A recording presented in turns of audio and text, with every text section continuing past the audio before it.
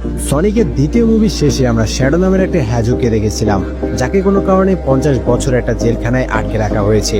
Shadow নামের এই হ্যাজোকটা কে এবং তাকে কেন আটকে রাখা হয়েছে সেটাই আমরা আজকের পর্বে জানতে পারবো। সনিক ফ্যানরা ভিডিওতে লাইক করে দিও, আর কে কে আমার সাথে সনিক 1 থেকে আছো কমেন্টে জানিয়ে দিও। তো আর কথা না বলে শুরু করি Sonic 3 the hedgehog movie explain. So hello everyone, welcome. সমুদ্রের মাঝখানে একটা টাইট সিকিউরিটিতে থাকা প্রিজন আইল্যান্ড মানে জেলখানা দেখতে পাই। এখানেই বন্দি আছে শ্যাডো নামের সেই হ্যাজক। দীর্ঘ 50 বছর ধরে শ্যাডো এভাবেই আটকে আছে, কিন্তু হঠাৎ করে আর শ্যাডোর জ্ঞান ফিরতে শুরু করে। সিকিউরিটি গার্ডরা দেখতে পায় কেউ একজন তাদের সিস্টেম হ্যাক করে শ্যাডোকে মুক্ত করার চেষ্টা করছে। বুঝতেই পারছো শ্যাডোকে সমুদ্রের মাঝখানে এমন একটা প্রিজনে আটকে রাখা হয়েছে, তার মানে শ্যাডো মারাত্মক শক্তিশালী। গার্ডরা শ্যাডোকে আটকানোর জন্য হাতিয়ার নিয়ে চলে আসে, তবে আবারও শ্যাডো নড়াচড়া বন্ধ হয়ে যায়। এরপর হঠাৎ করে শ্যাডো চোখ মেলে তাকায় আর এক ঘুষিতে গ্লাস ভেঙে বের হয়ে আসে।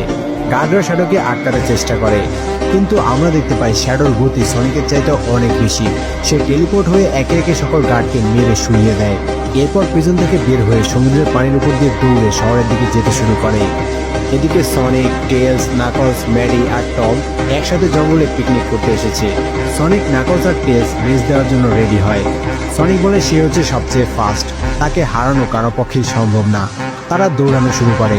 সনিক ফুল স্পিডে দৌড়ে ফিনিশ লাইনে গিয়ে দেখতে পায় নাকলস আর টেলস তার আগেই ফিনিশ লাইনে পৌঁছে গেছে।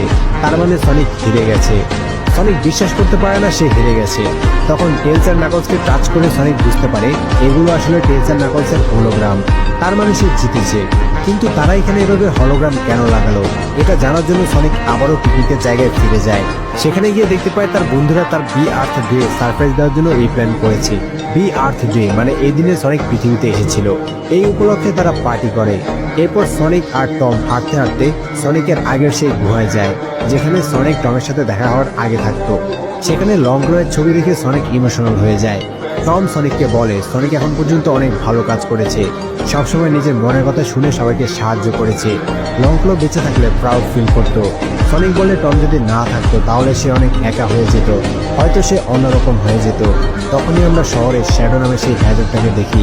এতে আমরা বুঝতে পারি সনিক একটা ফ্যামিলি আর ফ্রেন্ডস পাওয়ার কারণে ভালো হ্যাজক হয়েছে, কিন্তু শ্যাডোর কেউ নেই, তাই শ্যাডো অনেক হিংস্র হয়ে গেছে। শ্যাডো জানতে পারে এখন 2024 সাল চলছে, তার মানে তাকে 50 বছর আটকে রাখা হয়েছে। এতে শ্যাডো আরো বেশি রেগে যায়। এমন সময় গার্ডিয়ানস ইউনিটস নেশনস, সংক্ষেপে গান, যারা শ্যাডোকে আটকে রেখেছিল তারা শ্যাডোকে ধরার জন্য ঘিরে ধরে। অন্যদিকে সনিকরা যখন পিকনিক করছিল তখন সেখানে একটা হেলিকপ্টার এসে ল্যান্ড করে। গানের ডিরেক্টর রকওয়েল এসে জানায় টোকিওর অবস্থা খুব খারাপ, একটা এলিয়েন শহরে অ্যাটাক করেছে। Commander Walters team Sonic